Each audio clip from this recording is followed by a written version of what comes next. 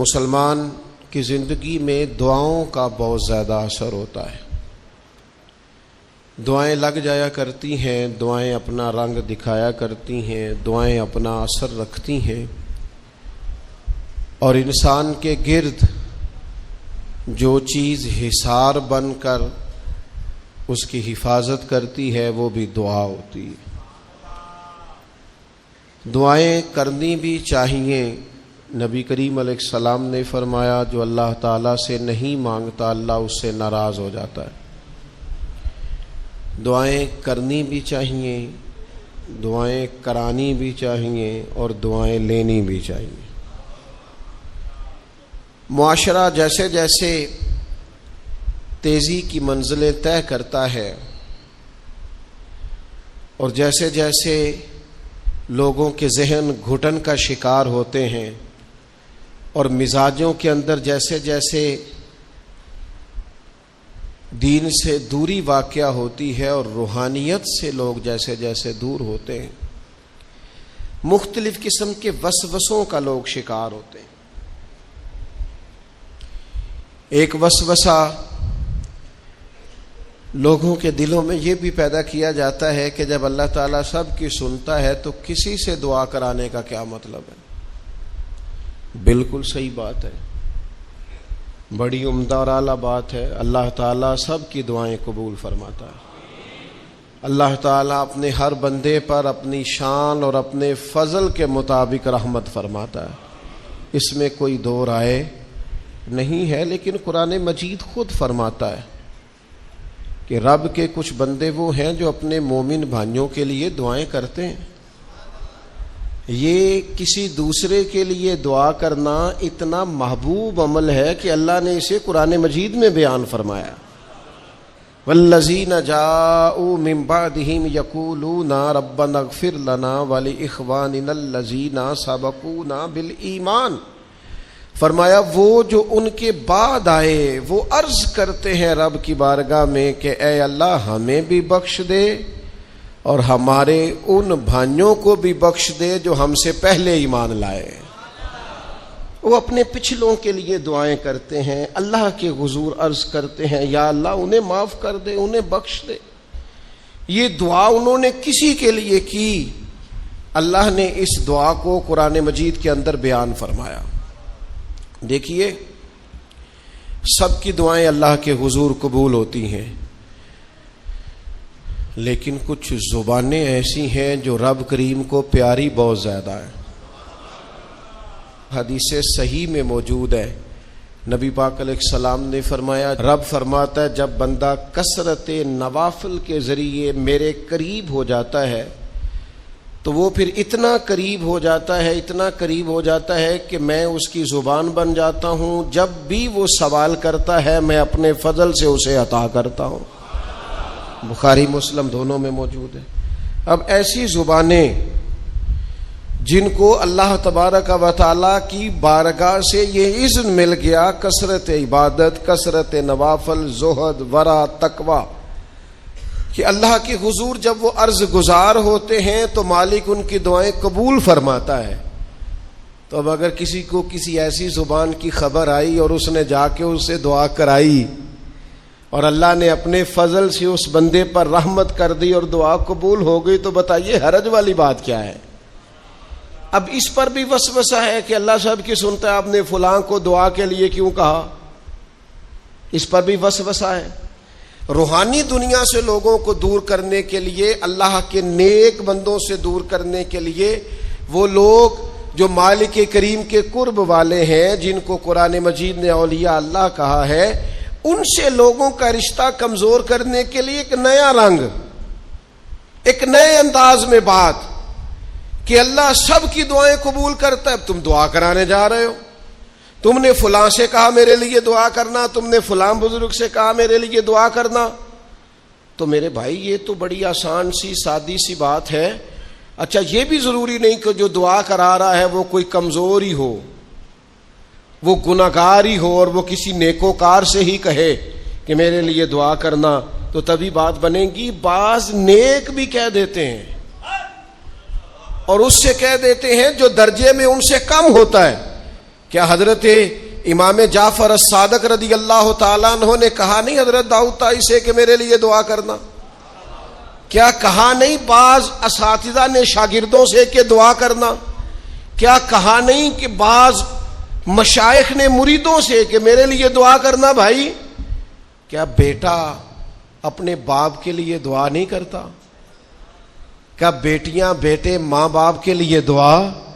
او سنو نا یار، اس سے بڑی میں آپ کو بات کیا سناؤں؟ بخاری مسلم میں موجود ہے، حضرت عمر فاروق رضی اللہ تعالیٰ عنہ عمرہ کرنے جا رہے تھے. اللہ کے پیارے رسول، رسول رحمت، محبوب رب اکبر صلی اللہ تعالی علیہ وسلم نے فرمایا عمر میرے بھائی ہمیں بھی دعاؤں میں یاد کرنا. اب بتاؤ اس سے بڑی مثال کہاں سے لائیں؟ حضرت عمر سے نبی کریم علیہ الصلوۃ والسلام نے کہا عمر میرے بھائی ہمیں بھی اپنی دعاؤں میں یاد رکھنا. تو اگر حضور جناب عمر سے کہہ سکتے ہیں دعا کرنا، مجھے بتاؤ حضور کو ضرورت ہے جناب عمر کی دعا کی؟ یہ کس لیے کہا؟ یہ اس لیے کہا کہ ہمیں سمجھ میں آ جائے کہ کچھ لوگوں سے دعا کرا لینی چاہیے، کچھ لوگوں سے دعا کرا لینی چاہیے. بس اس سے زیادہ جملہ نہیں کہوں گا، کچھ لوگوں سے اپنے حق میں کچھ کہلوا لینا چاہیے، کوئی گواہی اپنے حق میں کرا لینی چاہیے. فائدہ ہوتا ہے، اس کا نفع ہوتا ہے، اس میں بڑے راز مضمر ہوتے ہیں، اس میں بڑے عقدے کھل جایا کرتے ہیں، اس میں بڑی آسانیاں ہو جاتی ہیں. میرے عزیز نبی پاک صلی اللہ تعالی علیہ وسلم نے فرمایا جناب عمر سے میرے لیے. حضور فرماتے ہیں اللہ کے کچھ بندے ہیں اگر وہ قسم کھا کے کہے نا یا اللہ ایسا کر دے، یہ بخاری مسلم دونوں میں موجود ہے، وہ قسم کھا کے کہے نا لو اقسم علی اللہ لا ابرہ، وہ اگر قسم کھائیں تو رب ان کی قسم بھی پوری فرما دیا کرتا. وہ میرے بھائی محبت کے لیے دل ڈھونڈ کوئی ٹوٹنے والا، کوئی جگہ ایسی تلاش کر جہاں سے دعا مل جائے، جہاں سے کرم ہو جائے، جہاں سے عطا ہو جائے، جہاں سے اللہ کا فضل ہو جائے. اور پھر ہمیں بھی چاہیے ہم دعائیں دیتے رہیں، ماں باپ کو چاہیے اولاد کو دعائیں دیتے رہیں، اساتذہ کو چاہیے شاگردوں کو دعائیں دیتے رہیں، مشائخ کو چاہیے عقیدت مندوں کو دعائیں دیتے رہیں، بہن بھائیوں کو چاہیے ایک دوسرے کو دعائیں. چلیں آپ آمین کہیں. اب آپ نے انکار نہیں کہ سارے دعا مانگے یا اللہ ہمارے بھائیوں کو ہم سے زیادہ عطا فرما، یا اللہ بھائی کو ہم سے، یا اللہ بھتیجوں کو زیادہ عطا فرما، بھانجوں کو زیادہ عطا فرما، اللہ محلے داروں کو زیادہ عطا فرما، پڑوسیوں کو زیادہ عطا فرما. یہ مانگو نا دعائیں، اس میں بھلا ہے، اس میں نفع ہے. اب جنہوں نے پریشان ہو کے آمین کا ہے وہ خوش ہو جائیں گے. نبی پاک علیہ السلام نے فرمایا جو دعا تو کسی کے لیے مانگتا ہے اللہ پہلے تیرے حق میں قبول فرماتا ہے. لوگ خوش ہو گئے آپ لوگ. او بھائی دعا مانگیں کسی کے لیے، بد دعا نہیں کرنی، کسی کے لیے بھی بد دعا. ہمارے ہاں نا ایک بہت بڑا طبقہ جذباتی لوگوں کا ہے. ہمارے ایک استاد کہا کرتے تھے جذباتی لوگوں سے دوستیاں نہیں کرنی چاہیے، جذباتی لوگوں سے تعلقات نہیں بنانے چاہیے، اس لیے کہ جس بندے کا اپنے اوپر کنٹرول ہی نہیں تو وہ کسی کے حق میں کیا کرے گا. وہ کہتے تھے جذباتی لوگوں سے بچو. او بھائی ہم بڑے جذباتی ہو جاتے ہیں، ذرا سی شدت آئی نہیں گھر میں لڑائی، اور لڑائی بھی کس سے؟ گھر والی سے. بد دعائیں شروع کر دی، اپنے آپ کو بد دعائیں دے. لڑائی کس سے ہو رہی ہے؟ بہن بھائیوں سے. بد دعائیں شروع کر دی. ماں باپ سے لڑائی ہوئی، بد دعا دے رہے، اور بڑی بڑی تلخ ہو کے، بڑی بڑی سخت ہو کے. او بھئی آپ کیوں ایسے جملے کہتے ہیں، کیوں سخت لفظ بولتے ہیں؟ صحیح مسلم میں حدیث ہے، نبی پاک علیہ السلام نے 3 چیزوں کا نام لے کے فرمایا نہ اپنے آپ کو بد دعا دینا، نہ اپنی اولاد کو بد دعا دینا، نہ اپنے مال کو بد دعا دینا. ایسا نہ ہو کہ جب تم وہ دعا کر رہے ہو تو وقت قبولیت کا ہو. کبھی بھی اپنی اولاد کو، اپنے آپ کو، اپنے اموال کو بد دعا نہ دو. کیوں ایسے جملے بولتے ہو؟ یعنی غصے اور جلال میں بھی جب اپنے بچے کے لیے بات کرو تو پیار والی بات کرو. غصے میں، جلال میں، جذباتیت میں بھی بہن بھائیوں کے لیے، گھر والوں کے لیے، اپنے لیے بات کرو تو محبت والی بولی بولو. کبھی بھی اپنے لفظوں کو سخت نہ کرے. ہمارے ہاں 1 منٹ لگتا ہے، لوگ کہتے ہیں اللہ کرے میں مر جاؤں، اللہ کرے میں تباہ ہو جاؤں، اللہ کرے میں. او بھائی تو ٹھہر جا. اللہ تعالیٰ نے زندگی تجھے اپنے فضل سے عطا فرمائی ہے. تجھے کیا مصیبت بن گئی ہے؟ تو کہاں سے نکلا ہے؟ تو کہاں پہنچ گیا ہے؟ تو کیسے کہتا ہے میں مر جاؤں؟ تو اپنی جان کا مالک ہی نہیں. تو مالک ہوتا تو اپنی مرضی کے خاندان میں پیدا ہوتا، اپنی مرضی کی تاریخ کو پیدا ہوتا، اپنی مرضی کے ملک میں پیدا ہوتا. تو اپنی جان کا مالک ہی نہیں.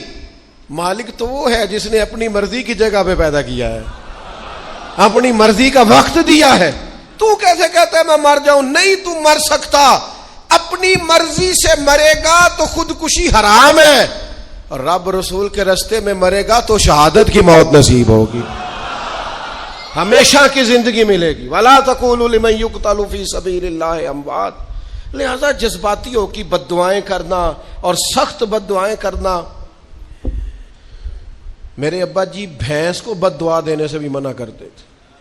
اور میں کبھی کبھی حیران، جب ہم نے یہ حدیثیں پڑھی نا بعد میں کہنا سیار ان پڑھ بندے نے کتوں سبق لیا.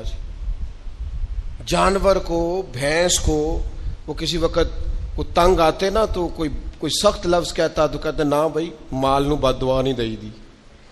تو اس وقت تو مطلب سمجھ نہیں تھی کہ یار مطلب مال نو بد دعا نہیں دئی دی، ایڈی کیڑی میرا مطلب ہے مشکل ہے ان بندہ ماج نو بھی مندہ نہ آکھے.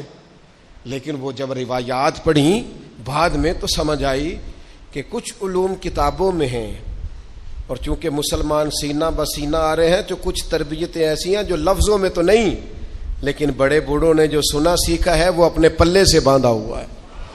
انہوں نے اپنی گرہ سے اچھی طریقے سے کر کے باندھا ہے. بد دعا نہیں، آپ دعا کریں، آپ اچھے لفظوں میں. اور کوئی بندہ مل جائے نا، میں ویسے نے کئی دفعہ کہا ہے پھر کہتا ہوں، آج کل نا کوئی میرے جیسے بندے کو چلو اونچی کرسی پہ بیٹھتا ہے، نماز پڑھاتا ہے، پگڑی باندھتا ہے، تو کوئی بندہ نیک سمجھ بھی لے تو دعا نہیں کراتا، فوٹو ہی لیتا ہے. پہلے لوگ دور سے آتے تھے تو آ کے کہتے تھے دعا کرانے آئے. اب وہ کہتے ہیں بڑی دور سے چل کے آیا ہوں جی، بڑی مہربانی. تو کہتے ایک فوٹو مل جائے گی. وہ اللہ کے بندے، ہم دعا دے رہے ہیں تو فوٹو لے رہا ہے. پھر ایک اور گل آج کل بڑی عام ہے، وہ کہتے جی ذرا یادگیری رہندی ہے. تو میں کہ غوث پاک دی تے کوئی فوٹو نہیں، سانو تے ہر ویلے یاد رہندے نے، کوئی فوٹو نہیں، ہمیں تو کبھی نہیں بھولے. خواجہ اجمیر کی کوئی فوٹو نہیں، ہماری نس نس میں آباد ہے. امام اعظم ابو حنیفہ کی کوئی فوٹو نہیں، لیکن ہم تو حنفی ہیں، ان کا نام لے لے کے جیتے ہیں. میرے حضرت صاحب کے ساتھ کوئی فوٹو نہیں. جرت ہی نہیں تھی، اتنے قابل ہی نہیں تھے کہ ساتھ کھڑے ہو سکے. وہ میرے گھر کبھی نہیں آئے، اور میں سمجھتا تھا گھر اس قابل بھی نہیں کہ اتنی بڑی ذات کو میں کہوں کہ تو میں کو جیتے دل بر سونا. اور کتنا سونا؟ او سونا تے رج کے سونا تے سونا جویں سویرا. میں کو جاتے رج کے کو جاتے کو جا جویں ہنیرا. کبھی اتنی ضرورت ہی نہیں کی. اتنی طاقت کے ساتھ کھڑے ہو کے کہیں کہ میں تیرے برابر ہوں تو فوٹو بنا، اتنی ضرورت کبھی ہوئی نہیں. لیکن کیا کریں، دور بدلا، حالات بدلے، زمانہ بدلا، طور طریقے بدلے. وہ کبھی لوگ مشائخ کے پاس دعائیں لینے جاتے تھے، کہتے تھے ہم آئے ہیں کوئی دعا کر دیں. وقت بدل گیا، 30 سیکنڈ کی ویڈیو رہ گئی. او خدا کے بندو تھوڑا سا روحانی زندگی کی طرف آؤ، روحانی زندگی کی طرف. او بھائی دعائیں کرائیں، اپنے لیے گواہیاں پکی کریں، اپنی والدہ سے، اپنے والد سے، اپنے دادا سے، اپنے نانا سے، اپنی نانی سے، اپنی دادی سے، اپنے بہن بھائیوں سے، اپنے دوستوں سے، اپنے مرشد سے، اپنے استاد سے دعا کراؤ. ان سے کہو ایک دفعہ میرے لیے ہاتھ اٹھا دے اللہ کی بارگاہ میں. میں صحیح روایت پیش کرتا ہوں، میرے نبی کریم نے فرمایا تھا عمر فاروق سے، سیدنا عمر سے، قطعی جنتی عمر جن کا حضور جنت میں محل دیکھ کے آئے. نبی کریم نے فرمایا تھا عمر لوگ حج کرنے آئیں گے، جہاد کے لیے آئیں گے، اگر یمن والے لوگ آئے اور تجھے ان میں سے میرا اویس کرنی مل گیا تو عمر اس سے اپنے لیے دعا کرا لینا. عمر اویس سے دعا کرا لینا, اسے کہنا تیرے لیے دعا کر دے. حضرت فاروق اعظم ڈھونڈتے رہے, ملاقات ہوئی سیدنا ویسے کرنی سے, کہا دعا کر دے یار میرے لیے. وہ ڈھونڈو, کوئی بیٹھا ہوا مجھے دور دعا دیتا ہے, میں ڈوبتا ہوں پر سمندر اچھال دیتا ہے. او بھائی اپنے حق میں دعائیں التجائیں اللہ کے حضور. کچھ لوگوں کی عرض, میں آپ سے عرض کروں, کچھ لوگوں کو دعا لگ جاتی ہے. آپ کو جو آدمی بڑا چمکتا دمکتا اجلا نظر آئے نا, اس کا کبھی ماضی ٹٹولو گے نا تو کبھی کوئی اس کے گھر سے روٹی کھا گیا تو فقیر اور اس نے ذوق سے کھلائی تھی. کبھی پیچھے سے ٹٹولو گے تو کوئی روٹی کھا کے دعا کر گیا تھا. کوئی چند گھڑیاں دروازے پہ رہا تھا, اس نے نیکی کی تھی, دعا کر گیا تھا. کبھی ٹٹولو گے ڈھونڈو گے تو بیمار ماں نے کسی کو دعا دی تھی کہ پتر اللہ تیرے اوپر فضل کرے. کسی کے بوڑھے باپ بیمار نے دعا دی تھی اللہ تجھے کسی کا محتاج نہ کرے. کسی نے دعا دی تھی, وہ دعا ہے جو اس کے دائیں بائیں آگے پیچھے چلتی ہے. حضرت مولا علی شیر خدا رضی اللہ تعالیٰ عنہ گرمیوں میں بھی موٹے کپڑے پہن کے پھرتے تھے. لوگوں نے کہا حضور سخت گرمی اور پھر آپ تو بڑے دلیر آدمی, جوان اور گرمیوں میں بھی موٹے کپڑے. فرمانے لگے نبی کریم نے دعا دی تھی کہ اللہ علی کو موسم کی شدت سے بچا کے رکھنا, موسم کوئی بھی ہو علی پہ اثر ہی نہیں کرتا, شیر خدا پہ اثر ہی نہیں ہوتا. موٹے پہن لوں پتلے پہن لوں, اللہ میرے جسم کو موسم کی شدت سے محفوظ رکھتا ہے. اپنے لیے دعائیں سمیٹ, چکروں میں نہ پڑھیں. وہ جی سب کی اللہ سنتا ہے, کس نے کہا نہیں سنتا. لیکن کچھ ایسے ہیں جو ہاتھ اٹھا دینا تو رب کریم قبولیت سے فرماتے ہیں دیر نہ کرنا, ذرا جلدی جانا. قبولیت سے اللہ کہتا ہے. کچھ ایسے ہیں جو ہاتھ اٹھا دینا ہاتھ, تو اللہ تعالیٰ مرحوم خورشید گیلانی سے اللہ تعالیٰ ان پر فضل کرے. کچھ تھوڑا ربط رہا, انہوں نے نا ایک جملہ اپنی والدہ کے لیے کہا تھا. کہنے لگے میری اماں ان پڑھ تھی, اپلے تھاپتی تھی اور ان کا آنچل دوپٹہ بھی کئی دفعہ میلا رہتا تھا. پر مرحوم گیلانی صاحب کہتے ہیں میری ماں کبھی میلا دوپٹہ بھی سامنے کر کے اللہ سے میرے لیے رحمت مانگتی تھی تو مجھے لگتا تھا مالک نے فضل فرما دیا. بھائی اپنے لیے رحمت اپنی والدہ سے, والد سے, بوڑھوں سے, بزرگوں سے دعائیں لیں. کچھ دعائیں ایسی ہوتی ہیں جو کرم کر دیتی ہیں, جو آسانی. اور ایک دوسرا پہلو بھی ہے, کبھی کسی بندے کو اتنا تنگ نہ کرنا کہ وہ اتنی تکلیف میں آئے کہ وہ خود تو کچھ نہیں کر سکتا, ماڑا ہے, لیکن پھر وہ رات کو اپنے رب کی بارگاہ میں بیٹھ کے کہے کہ تو حاکم و عادل ہے مگر تیرے جہاں میں ہے تلخ بہت بندہ مزدور کے اوقات. پھر ایسا نہ ہو غریب ہے, ماڑا ہے, خود تو کچھ نہیں کر سکا, پھر اللہ کی بارگاہ میں تیری شکایت کرے. ایسا نہ کرنا. میرے نبی پاک علیہ السلام کے درویش صحابی تھے حضرت سعید بن زید رضی اللہ تعالیٰ عنہ, فقیر فاقہ مست. حضرت عمر رضی اللہ تعالیٰ عنہ کے قریبیوں میں سے تھے. ایک عورت نے الزام لگا دیا زمین کے قبضے کا. میں کیسے آپ سے کہوں کہ جب لوگ کسی ایسے شخص پر جس نے زندگی ساری دیانتداری سے گزاری ہو, لوگ الزام لگاتے ہیں نا, تو یہ بھی نہیں سوچتے ہم بات کس کے بارے میں کر رہے ہیں. کھلی ہوئی زبان ہوتی ہے, جو مرضی کہہ دیتے ہیں. حضرت سعید ابن زید پر الزام لگا دیا. اتنا بڑا آدمی, محبوب کا صحابی, اور عورت نے الزام لگا دیا. اور جب اللہ والے بد دعا دیتے نہیں, لیکن جب کوئی تکلیف اتنی دے, کلیجہ پھٹ جائے, پھر بندہ کیا کرے. وہی بات کہ اب وہ کچھ کہہ نہیں سکتے تھے, ایک عورت پر کس طرح کوئی بات ہو سکتی تھی. دونوں ہاتھ اللہ کی بارگاہ میں اٹھائے, یہ صحیح حدیث میں موجود ہے.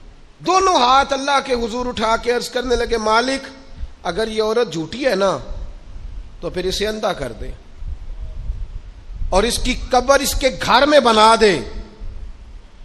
صحابہ فرماتے ہیں کہ حضرت سعید ابن زید کا تو وصال ہو گیا، زمانہ گزر گیا، لیکن ہم نے پھر اس بی بی کو اندھا ہوتے دیکھا ہے، پھر اس کے گھر میں کنواں تھا اور ہم نے اسے اپنے ہی گھر کے کنویں میں گر کے مرتے ہوئے بھی دیکھا ہے۔